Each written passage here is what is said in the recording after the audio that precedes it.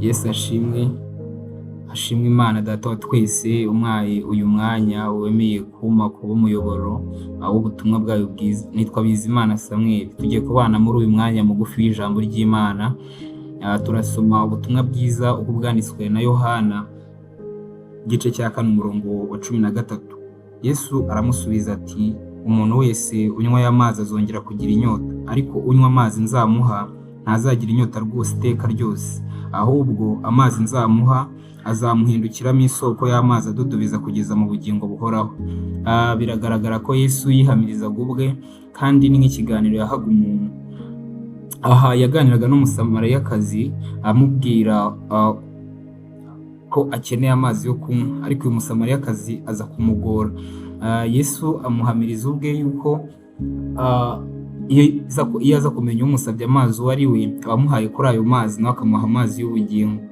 Yesu twibukiranye ko wavugaga ikiriya gihe yambaye umubiri, n'ubu ngubu aracyavuga ari mu buryo bw'umwuka, abana n'abantu bose.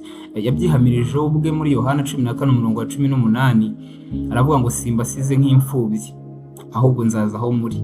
Ni ukuvuga yasezeranyije isezerano ry'uko atazadusiga, azageza aho akabana natwe.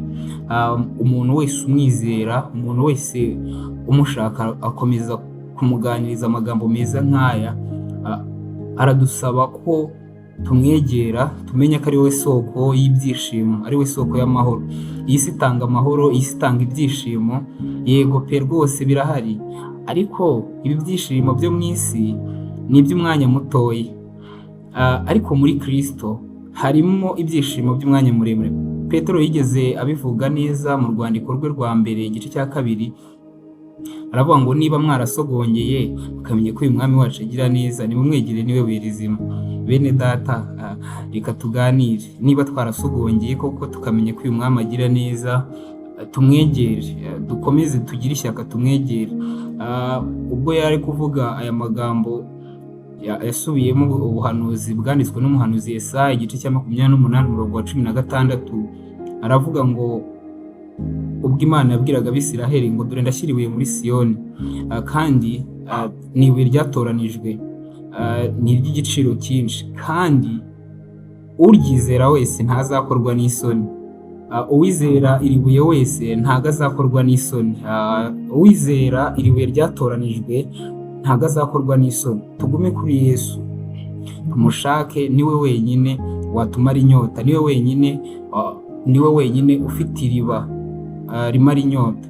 Nigeze kubyihamiriza ubwe muri Yohana 7:37, ubwo hari mu minsi mikuru ku munsi wa nyuma, barahagarara avuga cyane, aravuga ngo ufite inyota wese naze ndamumara inyota. Haleluya.